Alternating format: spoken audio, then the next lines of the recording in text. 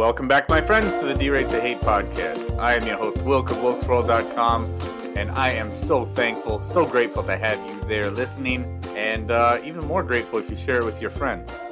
Here at the D-Rate the Hate podcast, we are all about bettering the world, one attitude at a time. That starts with personal accountability, individual accountability, and just making your life a better life. So what have you done today to make your life a better life? What have you done today to make the world a better place? Like I always say, we did not create the hate, but with your help, we can derate the hate. Personal accountability, how you act, how you react. It's not about what happened to you in life, but what you did to react to it. So with that, I ask you, will you join me? Will you come along with me and help me make the world a better place? Help me better the world one attitude at a time. Let's start with you. Let's start with me. Let's spread the word. Let's derate the hate together.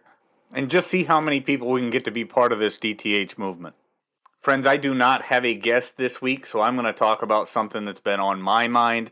And by the looks of it, it's not just my mind. It's been in a lot of the news outlets, a lot of social media posts, and it's something people have been talking about.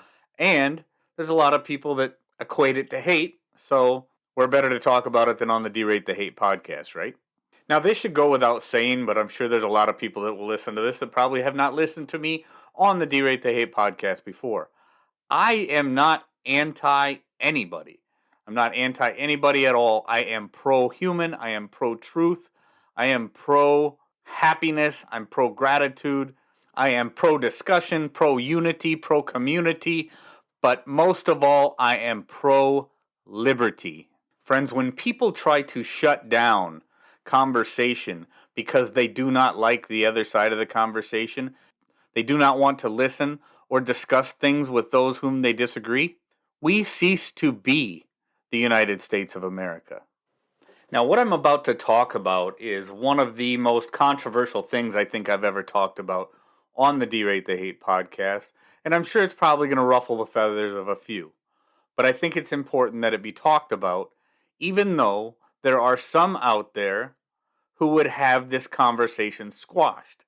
Some in big media, some in big tech, and some in our government who will not even allow the conversation to be had, which I think is very important because, again, if we as citizens in the United States of America cannot have a civil discussion on controversial topics, then we, my friends, are no longer a free United States of America, which I think is one of the biggest reasons we are not nearly as united today as we should be. So you may or may not have heard about this latest controversy with the swimmer competing in the college swimming, whatever. I don't follow college swimming, but it's not just isolated to swimming. It's been in all kinds of different sports where transgender individuals are now, and primarily when I talk about transgender individuals, I mean primarily males that now identify as females are competing in female sports. Now, to speak about this with any intellectual honesty, somebody must first acknowledge that males have a distinct advantage when it comes to certain things, especially when it comes to physical sports. Now, if you cannot at least acknowledge that that's the case, then you really may need to sit back and reevaluate how honest you actually are with yourself. I say that for a couple of very important reasons. Because when it came to sports and sporting events, in the very first place, there is a reason that males and females were separated. Not because of any sexist or misogynistic intentions or anything like that, because we all know that women can compete very, very well against men in many different arenas, many different avenues. There are things that women can do every bit as well as a man, and nobody that's intellectually honest, again, should deny that. In fact, in some arenas, there are things that women would outperform men. And we should never discount that fact. But the reality is when it comes to certain things like strength and body size and body structure, men have a superior advantage to women. I'll give you another example. Anybody who has ever been in the military understands and knows that the physical readiness test standards set forth by the military are different for men and women. Now, why is that? And why has that always been? It is because, on average, the average man can perform things physically and do things physically that the average woman cannot. This is not hate speech, this is just truth. Are there exceptions? Yes. But that does not mean we make rules based on the exception. We make rules based on the norm. Men have the ability to do certain things that women cannot. And if they were to hold women to the same standards that they hold men to for physical readiness in the military, there would be far less women in the military. Conversely, if they held men to the standards that they hold women to, we would have a much less prepared armed forces than we do now. It's just biology. It's just the way that men and women are built. And that should not be a controversial topic. That is the truth.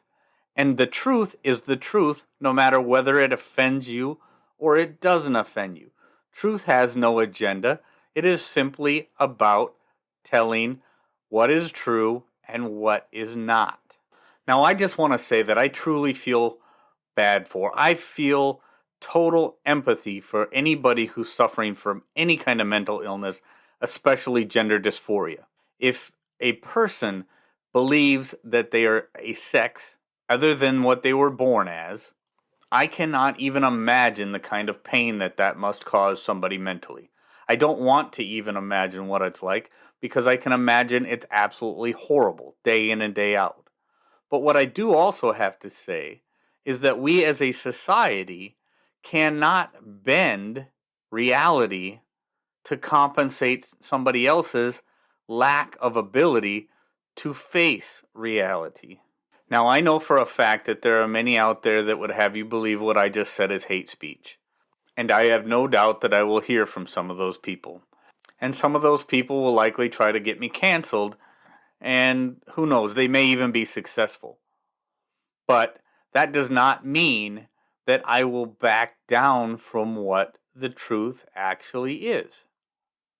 Again, if you're intellectually honest, you have to look at the fact that a male swimmer or a male runner or a male basketball player or a male football player, whatever the case may be, is going to have a vast physical advantage against a female opponent.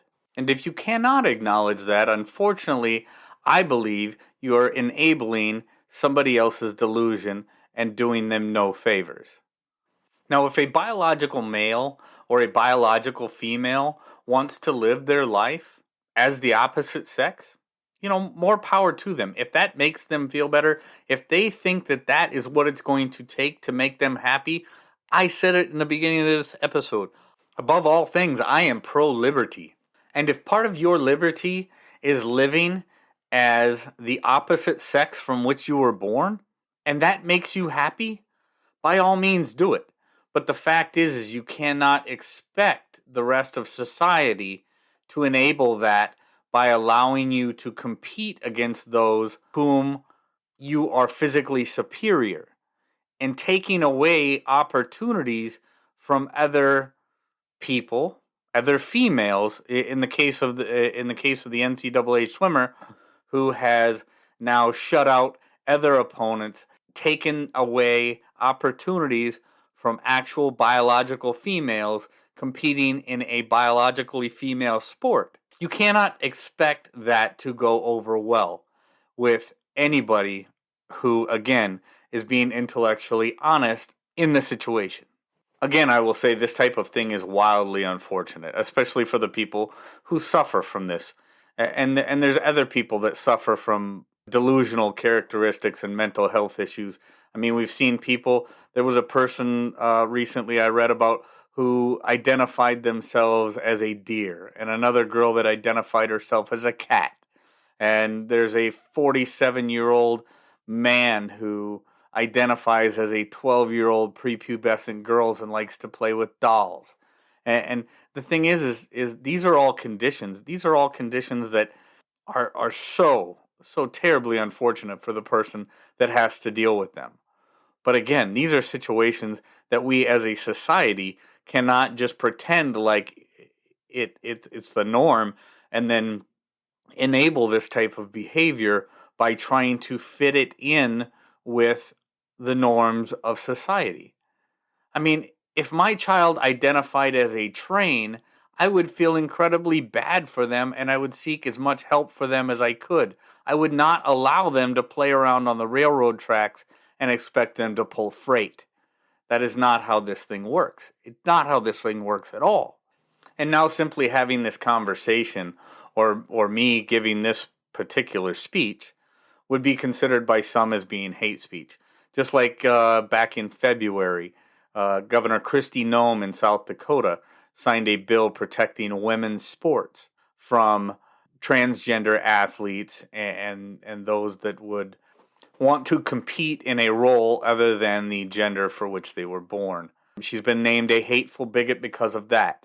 Again, friends, I will say again, if we cannot even have the discussion, if we cannot have a civil discussion on controversial topics in this country, of which I'm sure, like I said, this one is very controversial to some people.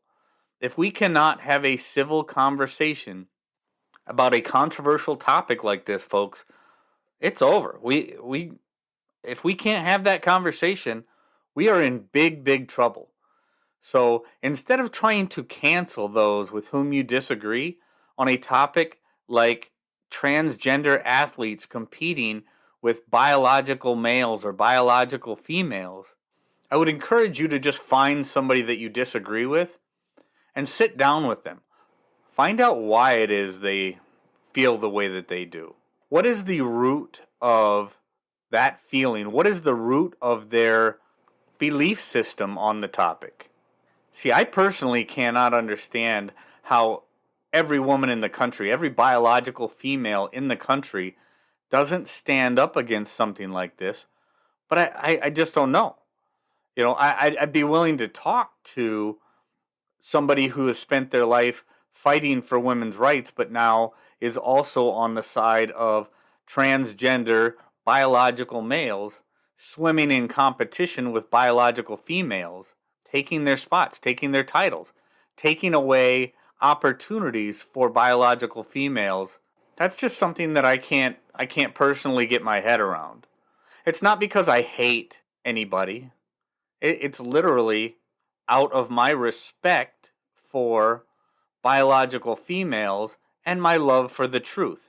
My love for honesty and integrity and things that make sense rather than allowing my emotions to overpower intellect and logic. Friends, I don't claim to have all the answers or know everything, but I do know this. Situations like this are very unfortunate. It's very unfortunate for all of those that are personally affected, and there's a lot more of them out there that frankly believe they have the answers and are never affected by this. Again, it's something that many people will use to try and keep people divided. I don't want everybody to think like me. I just want them to think about this and think about it honestly.